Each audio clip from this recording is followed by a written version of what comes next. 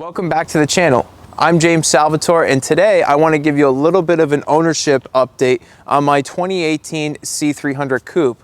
Now, I've had this car since late 2017, so I've had it for almost 3 years at this point. So in today's video, I want to answer the question of whether or not you should buy one of these in 2020, seeing that a lot of these are going to be coming off 3-year leases, and just people are just getting tired of them and they just want something new. So you're going to be seeing a lot of these in the used market, and seeing that it's such a snappy looking car, and it poses a great bargain, especially, seeing some of these around 30 to 35,000. Should you buy this car in 2020, or is it a pass? Well, today I'm going to lay out some of the pros and cons of owning this car. Some of the strong points of it in terms of overall build quality, fuel economy, reliability, and hopefully that'll help you make your decision. But before we get into the video, be sure to smash that like button for the YouTube algorithm, because it really helps to promote the videos as a small YouTube creator. And be sure to subscribe and turn on the bell notification so you don't miss out on my future content. On the channel, I do everything from new car reviews, new car comparisons, classics, exotics. I like to have a good time, so if that sounds like your kind of thing, be sure to stick around. And with that said, I'm going to leave you off with some beauty shots.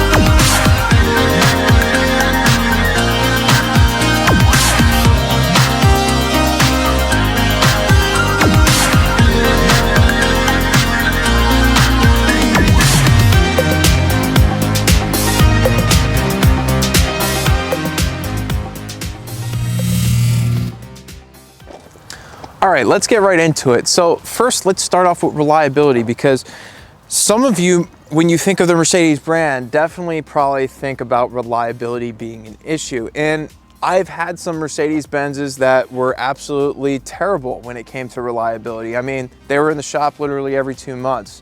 That's not the case with this car, and I don't think that's just because this is a new car. Now, there are a lot of new Mercedes that still have a lot of problems, but this one has treated me very well. I mean, I've really had minimal issues.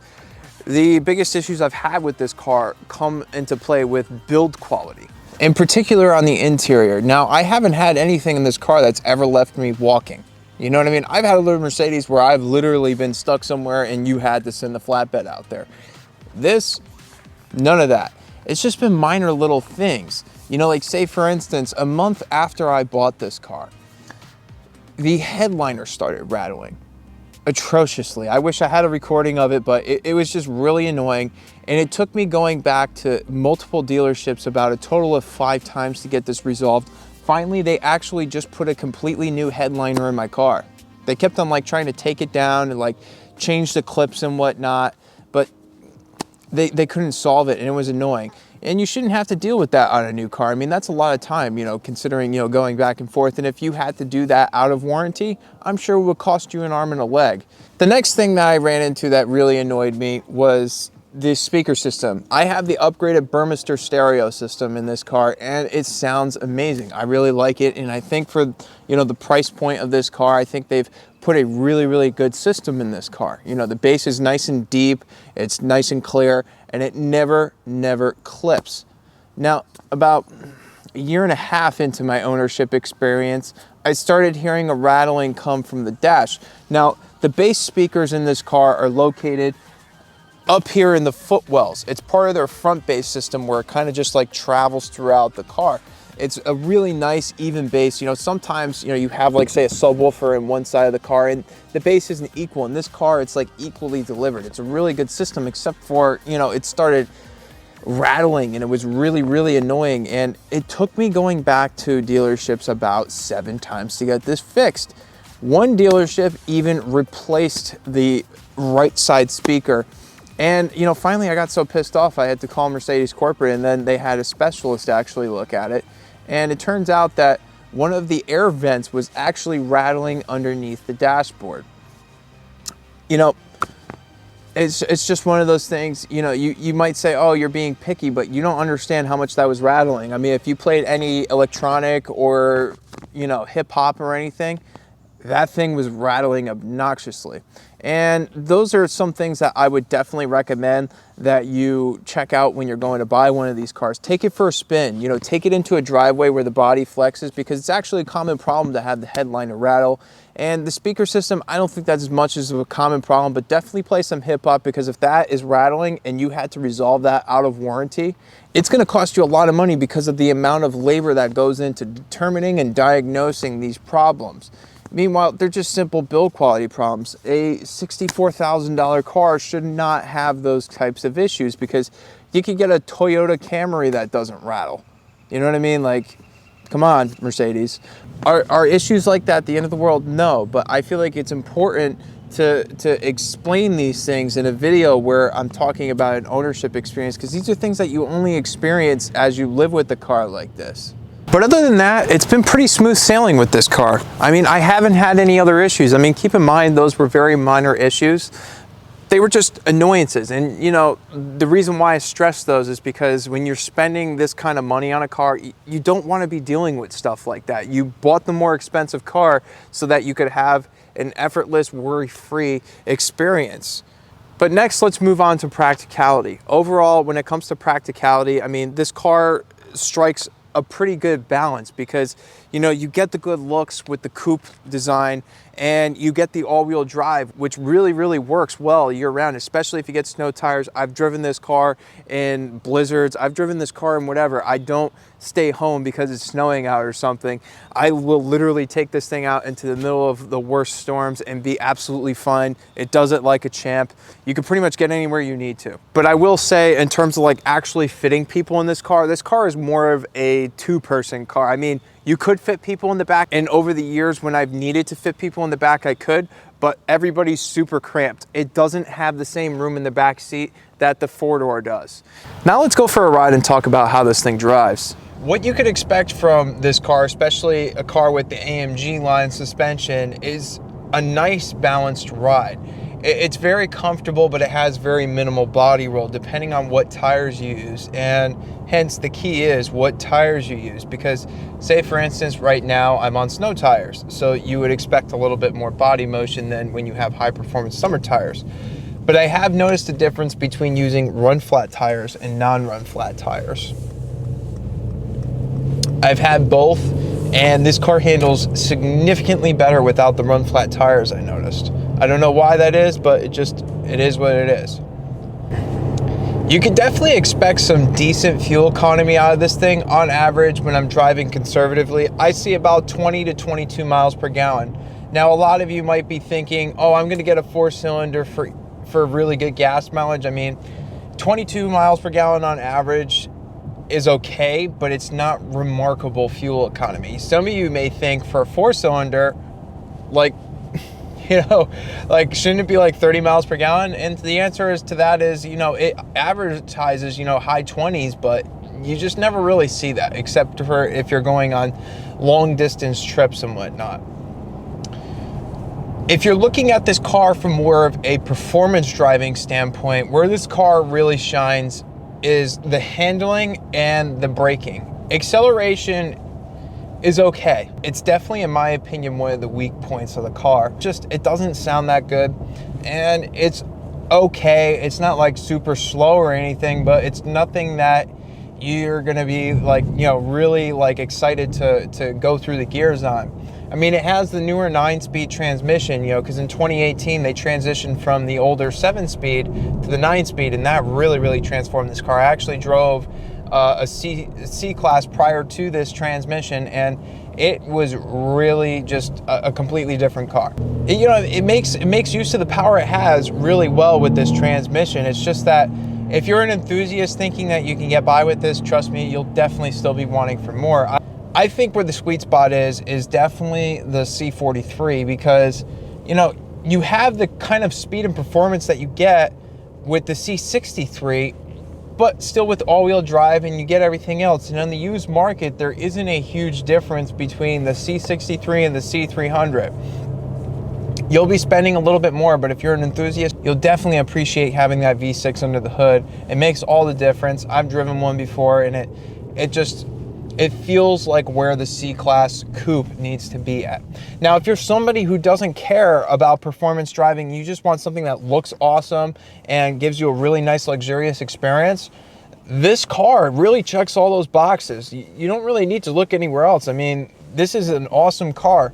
As I said before, you know, besides those few two build quality issues with the creaking and the groaning, I mean, this thing has been pretty solid for me. It hasn't left me walking. You know, maintenance has been very straight up. I had to do rear pads in the 3 years I've owned this, and I've gone through a few sets of tires. That's really not bad when you think about it. But overall, you've probably seen a few videos on this car already if you're watching mine. Chances are you're wondering, is it worth buying right now in the used market? And my answer is, if you plan on keeping the car for about 4 to 5 years, I would say so. I would say yes, buy it. But if you're somebody who may want to get another car in 3 years, just understand the depreciation curve on these cars. It's really, really bad. To give you an idea, my car was $64,000 MSRP window sticker. And you could find similarly equipped cars to mine for around $28,000 to $30,000. I mean, for 3 years to depreciate like over $30,000, it's crazy. It's really just crazy. And just think, I mean, like if you look at like a 2012 C300 Coupe, what are you finding those for right now? You're finding those for like between 10 to 15 grand. To give you an idea, that's what you're facing, you know, about 7 years in with these cars. And, you know, if you're somebody who likes to sell their car off after 2 to 3 years, this is not a smart purchase. But if you're somebody who likes to keep their cars for a long time and you want something that's going to age well, I definitely see this being a design that ages well. But let me give you an idea of how it performs.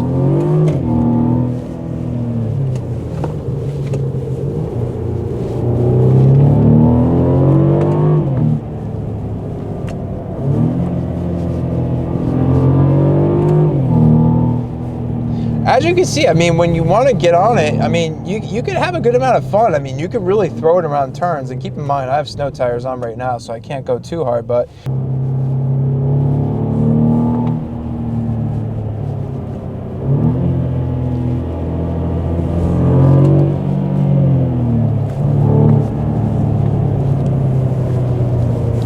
now let's talk about a few of the positive things about this car, because there's a lot to like about this car. I know that I've kind of harped on the performance with you, but in the end, this car is still the base car, and I understand that. I realize that this was never trying to be the C43 or the C63 because there's a reason why they make them. You who experience winter conditions, I could definitely say without a doubt that this car does very, very well in the snow.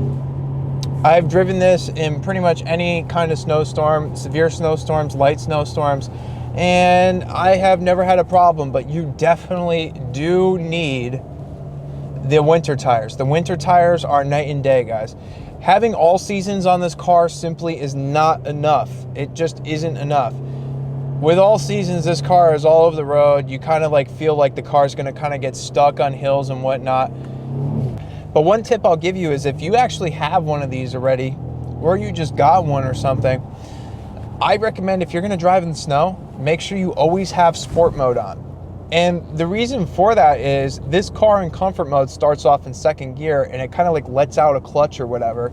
And I noticed that the front end of the car will kind of drift sideways. You definitely feel like you have more of a sense of control when you drive this car in sport mode, not sport plus, sport mode in the snow. It's a little bit more direct feeling and it's more confidence inspiring. And I discovered this about the second year into owning my car. I always thought, like when I was in a snowstorm, okay, just let it do its thing in comfort mode, you know, don't mess with it. But I quickly learned after using sport mode by accident that it was just a much more confidence inspiring drive during winter conditions.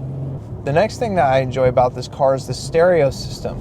The Burmester audio system in this car is such a good system. I've been in other cars that are more expensive than this car and have their version of their upgrade stereo system, and it hasn't been as good as the stereo system in this car. It is a phenomenal system. I really enjoy it. It's really nice, especially when you're listening to hip hop, because it has the right balance between bass, the mids, and the highs. I mean, it's really clear, guys. I mean, I'm a musician, so Trust me, I know the difference between a bad system and a good system.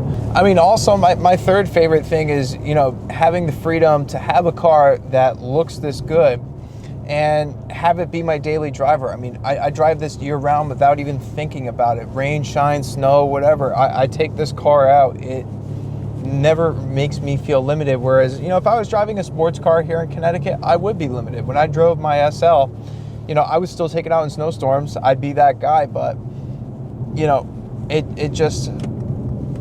wasn't a good idea. Now, one area that I will say that I didn't understand when I spec'd the car originally was that Apple CarPlay was an option back in 2018 if you didn't get the navigation. And I strongly recommend that you, whatever C300 you look for, especially from these years up until 2019, that you make sure that the car has Apple CarPlay, because honestly, the stock Mercedes system looks pretty, right? It has nice graphics, nice transitions and whatnot, but I still find myself being on my phone all the time. Unfortunately, I hate to say it like that, but you know, Apple CarPlay really changes a car for me. Like I get to review a lot of cars on the channel, as you guys know if you follow me. So like when I have Apple CarPlay in a car and I get back into my car, I just get so frustrated because it's just such a crucial feature to have today. Especially as these systems get older, it helps keep your, you know, infotainment system still useful. I mean, you know, even though the screen still looks nice and whatnot, I hardly use it. I mean, inputting directions into it is just such an inefficient process. It's just annoying. So make sure that you get one with Apple CarPlay. So overall, in summary, because, you know, it kind of is hard to review your own car, believe it or not. I mean, when I review these new cars, you know, and you're not used to them, you know, everything hits you at once. You know, it's all about your first impression of that car. Whereas with this, I feel like it's a little bit more difficult because, like, you know, when it's your car, you kind of miss certain things because you've gotten used to them and you don't really think about them anymore. I would say that if you're somebody who's looking for a good daily driver that just does everything well all around, this is definitely your car. I mean, as long as you're not looking for something more performance oriented, you really can't go wrong with this. It does everything well. However, if you're looking for something a little bit more sporty and fun, I definitely recommend the C43 AMG. Now, to summarize the things that you should be looking for, I would definitely be making sure that you look for one that's around, I would not spend anything above $28,000 on one of these cars, especially if it's a C300 car, because you should definitely be able to find one around that price point. If you spend more, you're overspending. Definitely look for one with the Burmester audio system. I would say definitely make sure that you have Apple CarPlay, and do not get anything below a 2018 model, because if you get a 2017, you get the old 7-speed transmission, and it was just a very clunky gearbox. It wasn't as good of a transmission as this 9-speed. The 9-speed really helps this 4-cylinder make the most out of its power, because in the end, it doesn't really have that much power. It only has like 243 horsepower. But, you know, it feels like a little bit more with this transmission. It definitely makes it a little bit more fun and more efficient. So, I mean, that's pretty much that. If you guys have any other comments or questions on this car, you know, I'm happy to answer them. Just be sure to drop a comment in the comment section below. And I mean, that pretty much wraps it up for this video. I mean, this is more of a vlog style video than, you know, my normal videos. But before we go, if you haven't done so yet, be sure to smash the like button, because it'll really help with promoting the video, especially for a smaller YouTuber like myself. Be sure to subscribe and turn on the bell notification so you're alerted when I post my future videos. I mean, normally when it's not the middle of the apocalypse, I have some really cool exotic cars on the channel. You know, be sure to check out a few of my other videos, and I'm sure you'll enjoy them. And with that said, thank you for watching, be safe, and I'll see you next video.